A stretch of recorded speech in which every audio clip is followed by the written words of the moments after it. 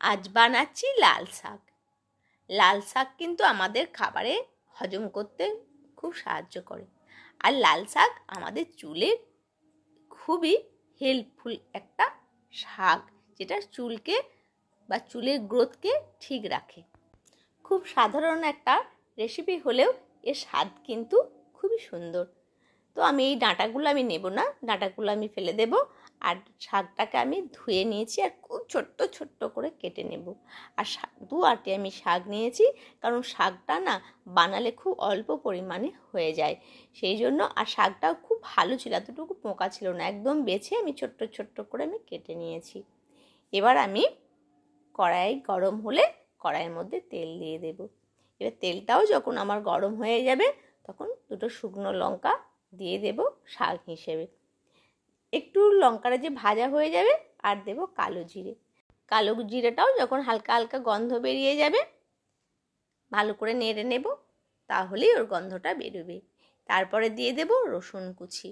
রসুন কুচিটাও খুব ভালো লাগে শাকের সাথে খেতে। রসুন কুচিটা যখন আমার লাল রং আসবে ততক্ষণ আমি কিন্তু রসুনটাকে নেড়ে নেড়ে ভেজে নেব। তো দেখুন আমার রসুনটা লাল রং হয়ে গেছে। এবার আমি শাকটা দিয়ে দেব। শাকের পরিমাণ অনেকটা হলেও শাক বানালে কিন্তু খুব কম হয়ে যাবে, সেই জন্য একটু বেশি পরিমাণে নেওয়াই ভালো। আমি এইভাবে নেড়ে নেড়ে দেখুন এমনিতেই শাকে কিন্তু জল বেরিয়ে গেছে, কারণ শাকে এমনিতেই জল থাকে। তো শাকের জলটা শাকটা সেদ্ধ হয়ে যাবে। ভালো করে আমি নেড়ে নিয়ে এতে আমি পরিমাণ মতো নুন দেব। নুনটাও খুব সাবধান, কারণ শাকটা আমার বেশি হলেও হয়ে গেলে কিন্তু একদম কম হয়ে যাবে, সেই হিসেবে কিন্তু নুনটাও দিতে হবে। বা নুনটার সাথে শাকটা আমি ভালো করে নেড়ে নিচ্ছি, তাহলে আরও জল বেরিয়ে যাবে আর একদম শাকটা নরম হয়ে যাবে। এরপর আমি হলুদ দিয়ে দেব। হলুদ আমরা সব তরকারিতে মোটামুটি খেয়েই থাকি। হলুদ একটা আমাদের অ্যান্টিবায়োটিক, সেই জন্য হলুদটা আমরা খেয়েই থাকি। হলুদটা খুব ভালো করে শাকের সাথে মিশিয়ে নেব। এইভাবে মোটামুটি মেশানো হয়ে গেলে জলটাও বেরোচ্ছে, এই জলেই আমাদের শাকটা সেদ্ধ হয়ে যাবে। এবার একটা ঢাকনা দিয়ে দেব, তাহলে আরামসে শাকটা নরম হয়ে যাবে। মোটামুটি 2 মিনিট পরে যখন ঢাকনাটা খুললাম জলটাও আমার অনেকটা মরে গেছে আর শাকটাও আমার সেদ্ধ কিন্তু হয়ে গেছে। এবার আমি ওপর থেকে দিয়ে দেব পোস্ত দানা। খুব ভালো করে পোস্ত দানা দিয়ে দেব ওপর থেকে, আর দেব শাকটা। একটু মিষ্টি দিলে খেতে কিন্তু খুবই ভালো লাগে। শাকের মধ্যে একটু কষ্টা ভাব থাকে, চিনিটা দিলে কিন্তু নুন আর মিষ্টি খুব ভালো লাগে একটা।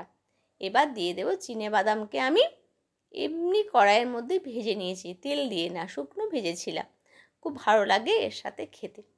তো এইভাবে আমি 3টে মিশ্রণকে দিয়ে খুব ভালো করে আমি নিয়ে নিলাম। দিয়ে এটা কিন্তু খুব শুকনো করব না, শাকটা কিন্তু খুব শুকনো ভালো লাগে না, কারণ এটা ভাজা নয়, এটা একটু নরম থাকলে খেতে খুবই ভালো লাগবে। শাক আমার রেডি হয়ে গেল। এবার বাটির মধ্যে আমি তুলে নেব।